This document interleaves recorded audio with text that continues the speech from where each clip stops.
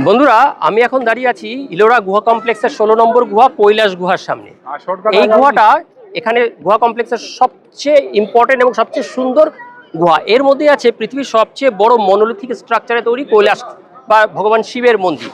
আসলে এই ইলোরা কমপ্লেক্সটা বেশ বড়। এই যে পেছনে পাহাড়টা দেখছেন, এই পাহাড়টা প্রায় 2 কিলোমিটার জুড়ে এই কমপ্লেক্সটা ছড়িয়ে রয়েছে। 34টা দেখার মতো গুহা আছে। এই প্রথম গুহা কমপ্লেক্সের যে 1 থেকে 12 নম্বর অব্দি গুহা, এগুলো হচ্ছে আপনার বুদ্ধিস্ট গুহা কমপ্লেক্স। এগুলো মোটামুটি তৈরি হয়েছিল 600 থেকে 800 শতাব্দীর মধ্যে। দ্বিতীয় 13 নম্বর থেকে 29 নম্বর গুহা কমপ্লেক্স হচ্ছে হিন্দু মন্দিরের কমপ্লেক্স। এটা তো তৈরি হয়েছিল 600 থেকে ওই 800 এরকম শতাব্দীর মধ্যে। আর থার্ড যে কমপ্লেক্সটা সেটা হলো জৈন গুহা কমপ্লেক্স, 30 থেকে 34 অব্দি। এগুলো তৈরি হয়েছিল 800 থেকে 1000 শতাব্দীর মধ্যে। এর মধ্যে যেটা বেশি ইম্পর্টেন্ট হচ্ছে, এই গুহা কমপ্লেক্সগুলোর মধ্যে একটা 3টে ধর্মের সমন্বয়ের গুহা লক্ষ্য করা যায়। আর এই গুহাগুলোর যে ফাইন্যান্সিয়াল ব্যাকআপ সাপোর্ট দিয়েছিল চালুক্য এবং রাষ্ট্রকূট রাজারা।